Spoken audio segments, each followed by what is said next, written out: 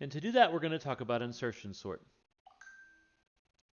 Insertion sort is a simple sorting algorithm that builds the final sorted algorithm one atom at a time. That's similar to what you saw with bubble sort.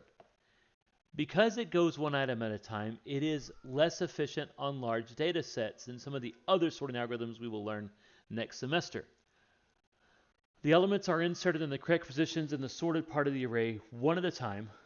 Like a bubble sort, insertion sort is comparison based, so it does in-place sorting, making it relatively good on space complexity. You start with the second element. You assume the first element is a sorted part.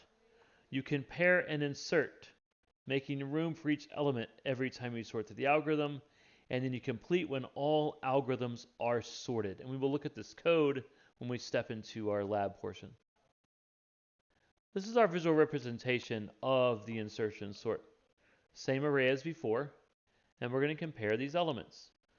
5 needs to be inserted at the first position because it was smaller than 6. Now 3 needs to be inserted at the beginning of the array because it's smaller than 5 and 6. 1 needs to come into the front of the array as well because it is smaller than those 3. When we get to 2, it's smaller than 3 but larger than 1. And so we're going to insert it. I'm sorry, we get to 8. 8 is in the right place. 7 needs to be inserted after 6. 2 needs to be inserted before 3 and after 1. And that sorted part of the algorithm is going to be growing until the algorithm is complete. 4 needs to come in, and we're pretty good on this algorithm at this point.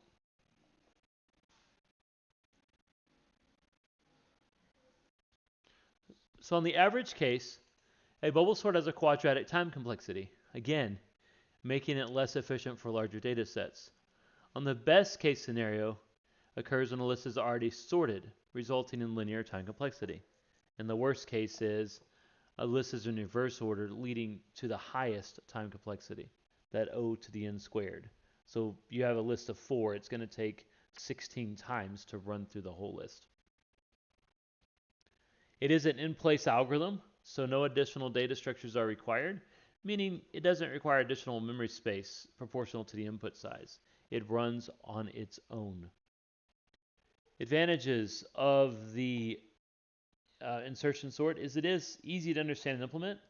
It's efficient for small data sets or partially sorted data. So, in the last case scenario with bubble sort, we don't like bubble sort for partially sorted data because it still has to run through every element. The insertion sort has advantages in this case because it just inserts and moves on. However, it's inefficient for large data sets, and it's not suitable for highly unsorted data. Highly unsorted data can be handled by more advanced algorithms. And you will be uncovering all of the algorithms for sorting, not all of them, but a lot of them in your next class in Programming Fundamentals 2. So just be ready for that. We'll go in detail with all the various algorithms. Let's dig back into arrays and discuss multidimensional arrays. Now, I don't have a lot of labs that discuss multidimensional arrays, so I'll do some of that stuff here, but let's look at this. Okay, so arrays, as we know, are fundamental data structures in Java. Each element of the array must be of the same data type. Now, a standard array, you can use primitive data types, or you can use object data types. A 2D array is an array of arrays. You have 2 or more columns of values. There's rows and columns, and you use 2 subscripts. So a 2D array will look like this. And when you declare a 2D array, you declare it as an array with rows and columns. And we think about an array as a kind of table or matrix. And you can see I've broken this down here. I have the 3 different elements in this matrix array. And each of the rows has its own index and its own passed-in array. You can also declare more than 2 dimensions. You can declare 3 dimensions or 4 dimensions. You just pass in how many ever elements you'd like to see in the square brackets. At this point, let's step into some code and see how this works. Okay, so let's look at this array here. I can show this array on the side. I made a jagged array, which we're going to talk about in a second, but this is a jagged 2-dimensional array. You can see that we've declared this array this way. We've declared a 4 element main array, and in that main array, we've declared specific arrays that we pass in to each one of the elements. So what you'll see is this first array that we passed in at position 0 is 1 element, and it's the number 5. The next array is 4 elements, and it's at the number. It's those 4 elements that we pass into to that first element of the main array. We have another 4-element array that we've passed in, and finally a 2-element array we've passed in. So every one of our elements within the main array is its own array. And what you'll also notice is I've created a functional call here to display the entire array. And I'm going to go and run that program so you can see how that looks, compile it, and run it. And you'll see that I have row 0, row 1, row 2, and row 3. Make this a little bigger so you can see it here. So you'll see, in fact, I'm going to go ahead and, well, yeah, let's do it like that for now. So you can see that we have our 2-dimensional array. It is a jagged array. And actually, we can pass in a 3rd dimension if we want, but it gets a little more complex, so we're not going to do that now. Be aware that traversing arrays are nesting loops. This loop, in fact, we can do it this way. I'm going to take this out and put it here instead, right? And we will just do it like this, all right?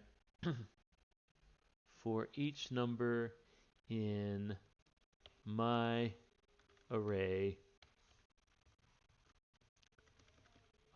at I.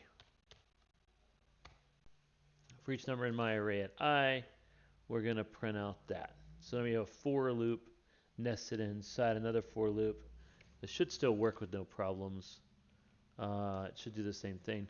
But you can see, because this is nested, I have a for loop inside another for loop. This is O to the n squared time complexity. When we traverse, it's O to the n squared time complexity based on that main array, based on that value of 4. It's going to go through here potentially as many as 16 times to iterate through the array. Technically, if you have a standard 2D array, and we can do that, but if you have a standard 2D array, you actually take the second number and multiply it by the first number to get how many iterations it's going to run through. But for the sake of ease of discussion, nested for loops are O to the n squared time complexity. But hopefully this shows you kind of how that multidimensional array works. We set up an array of arrays. The first length, this dot length here, is the length of the whole array, which in this case is 4. And then in every element, we have a different length. So for this one, we're going to run at 1, and it's 4, and then it's 4, and then it's 2. And that's exactly the kind of thing we see here. In fact, we can just show this as well. System.out.print row length is, and then we're going to say plus my array at I dot length plus, and we'll just put a \t in here as well so that you can see that working. All right, let me go ahead and save that, and you can see how it's going to track that length of each element inside the array. All right, I'm going to go ahead and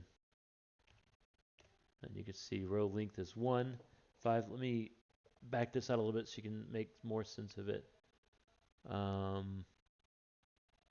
Ooh, I should have done that differently. Let's put this row length outside that nest because that's not where we wanted it. We want to put it here. row length is, okay, well, let's rerun this code. Makes more sense that way. Clear it. All right, we're gonna compile that, and then we're gonna run it, and I think you'll see what I'm talking about. So row 0, row length is 1, row length is 4, row length is 4, row length is 2. So that just kind of shows you kind of how these arrays should work.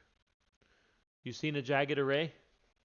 You can also declare a jagged array by passing in the entire array at once. We have the number of rows. In this case, it's 3. And this jagged matrix. We just kind of pass in the whole thing, and that works as well. As mentioned before, the length field holds the number of rows in the array, and then each row has a length field that holds the number of columns in the row. And so it's row major. The rows first, the columns are second, and that's how array lengths work.